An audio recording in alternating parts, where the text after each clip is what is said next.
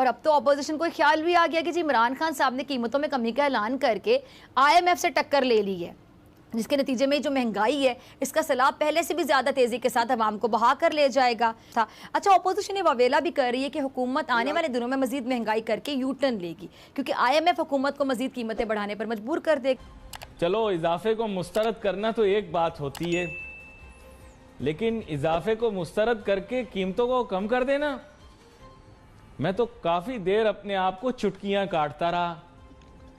मैंने कहा कहीं मैं ख्वाब तो नहीं देख रहा, क्योंकि अब तक तो मेरे जहन में यही था कि कीमतें बढ़ जाएंगी, लेकिन कीमतें अचानक कम हो गई।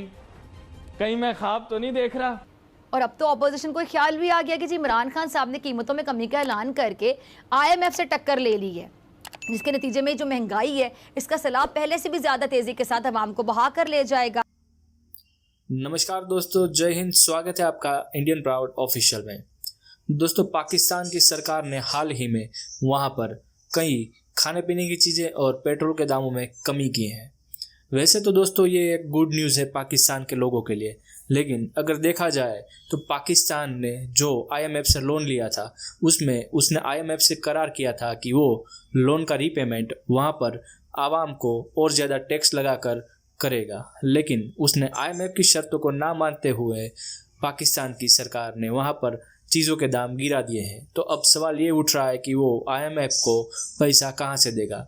कहा यह जा रहा है कि आने वाले चुनाव में इमरान खान ने खुद चुनाव जीतने के लिए, लोगों के दिल में जगह बनाने के लिए ये किया है, लेकिन इसके बाद जो बड़ा तूफान आएगा उसमें वहाँ पर महंगाई अपनी चरम सीमा पर होगी।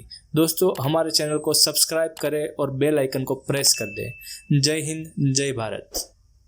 अब कल प्राइम मिनिस्टर ने जो अपना खिताब किया उसमें महंगाई से सताई अवाम को रिलीफ देने की कोशिश की थी ना, और पेट्रोल और बिजली के निर्ख में कमी करके अवाम को रिलीफ देने की कोशिश की, लेकिन उस पर भी मुखालिफिन ने रज कर तनकीद करना शुरू कर दी। किसी ने इमरान खान के ऐलान को अवाम पर मजीद बोझ करार दे दिया, किसी ने यहाँ तक कह दिया कि इमरान खान ने तो जी ऑपोजिशन के प्रेशर में आके, दबाव में आके, मजबूर होकर ये कीमतें कम की हैं। पेट्रोल, डीजल और बिजली सस्ती होने से जो दीगर अशिया हैं ज़रूरत की वो भी सस्ती होंगी।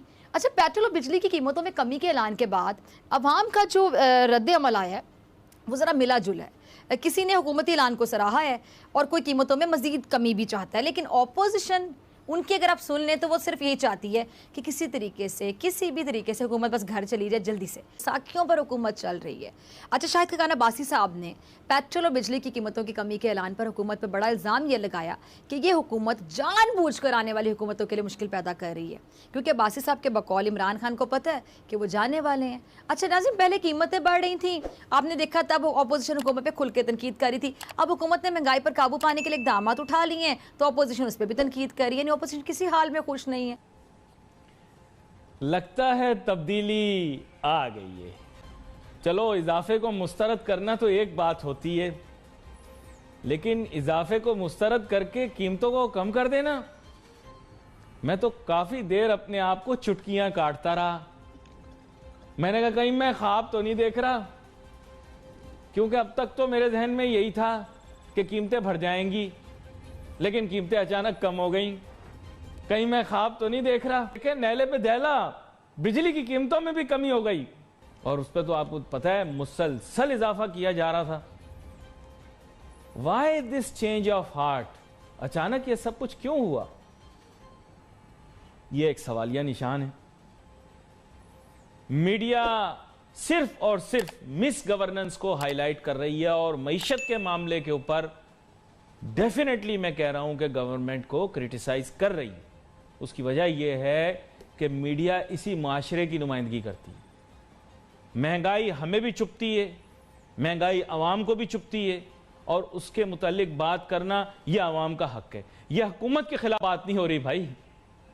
और अब तो अपोजिशन को ख्याल भी आ गया कि जी इमरान खान साहब ने कीमतों में कमी का ऐलान करके IMF से टक्कर ले ली है, जिसके नतीजे में जो महंगाई है इसका सैलाब पहले से भी ज़्यादा तेज़ी के साथ अवाम को बहा कर ले जाएगा। इमरान खान साहब को वो माजी की हुकूमतों को मुआशी बिगाड़ का जिम्मेदार करार दे रहे हैं और कह रहे हैं कि बदकिस्मती की बात यह कि 1970 में नेशनलाइजेशन हो गई, जिसकी वजह से आज तक मुल्क की जो मईशत है वो संभल नहीं सकी है। अच्छा, वज़ीर-ए-आज़म समझते हैं कि जब तक हुकूमत किसी इंडस्ट्री को मुनाफा बनाने से रोकती है तो ऐसे में वो सनत कभी भी तरक्की नहीं कर सकती और ना ही वहाँ सरमायाकारी आ सकती है। अच्छा, इमरान खान साहब जहाँ भी जाते हैं एक्सपोर्ट्स बढ़ाने पर जोर देते हैं, क्योंकि इमरान खान साहब ये समझते हैं कि जब तक एक्सपोर्ट्स नहीं बढ़ेंगी तब तक रुपए की कदर मुस्तहकम नहीं होगी। और अच्छा, अपोजिशन ये वावेला भी कर रही है कि हुकूमत आने वाले दिनों में मजीद महंगाई करके यू टर्न लेगी, क्योंकि IMF हुकूमत को मजीद कीमतें बढ़ाने पर मजबूर कर देगा अगर वो पैकेज के ऐलान पर अमल दरामद नहीं करती।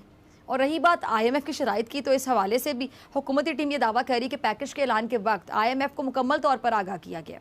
मुजम्मिल असलम बता रहे हैं कि जी 250 अरब रुपए से बजट खसारे में इजाफा नहीं होगा, आवाम को हकीकी मायनों में रिलीफ मिलेगा। और यही बात हसन खाबर भी कह रहे हैं सईद गनी साहब को। अभी सिचुएशन ये जी हमारी सियासत की कि हर कोई अपनी नाकामी का, अपनी नाअहली का जो मलबा है वो दूसरों पर डालना चाहता है और खुद साफ बचकर निकलना चाहता है। और अवाम ऐसे में बहुत ज़्यादा कन्फ्यूज़ है। अवाम चाहती है कि कोई ऐसा हो जो अवाम के मसाइल को हल करे। अवाम के मसाइल से किसी को सरोकार नहीं है, सबको अपनी अपनी पड़ी हुई है, सब अपनी अपनी कुर्सी की सियासत है, इक़्तिदार के पीछे भागे चले जा रहे हैं। ये जो अपोजिशन वाले कहते तो हैं कि जी हम अवाम के लिए बड़ा दुख रखते हैं, दर्द रखते हैं। तहरीक इंसाफ का सिंध हुकूक मार्च और पीपल्स पार्टी का अवामी जो लॉन्ग मार्च है वो अपनी अपनी मंजिल की जानिब गामजन है। दोनों जमातों के रहनुमाओं की जानिब से एक दूसरे पर बड़ी लफ्जी गोलाबारी जारी है। अब देखना होगा कि आने वाले दिनों में कौन सी सियासी जमात अपने मकसद में कामयाब होती, क्योंकि इस वक्त जितनी पूरी उम्मीद जो या पूरे एतमाद आप कह लें कि हुकूमत नज़र आती है, उतनी कॉन्फिडेंट अपोजिशन जमातें भी नज़र आती हैं।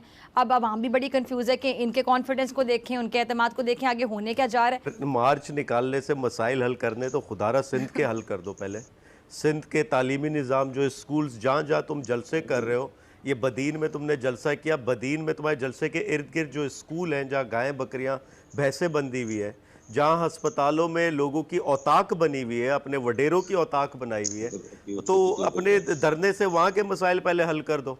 वहाँ सड़कों में गड्ढे पड़े हुए हैं, वहाँ जो है वो कोई इंफ्रास्ट्रक्चर मौजूद नहीं, या ये सब वो अब्बू बचाओ तहरीक चला रहे होते हैं, ये सब वो निकलते हैं। और ये आपने देख लिया PDM का जलसा था मीनार पाकिस्तान में, कोई अवामी शिरकत नहीं हुई, सारे वो बुलबुले से हवा निकल गई। इसी तरीके से इनके सिंध में जगह जगह फ्लॉप शोज हैं, और अगर हम बेहतर शोज कर पा रहे हैं, वो इनकी नफरत में लोग हमारे पास आते हैं। वो इनकी कारकर्दगी के जो सिफर कारकर्दगी रही पिछले 14 साल की, देखें ये निकल रहे हैं, इस्लामाबाद आ रहे हैं, हमसे 3.5 साल का हिसाब मांग रहे हैं। 3.5 साल का हिसाब दे देंगे हम इनको, लेकिन ये भी तो 14 साल का हिसाब देना जो सिंध की बर्बादी की है।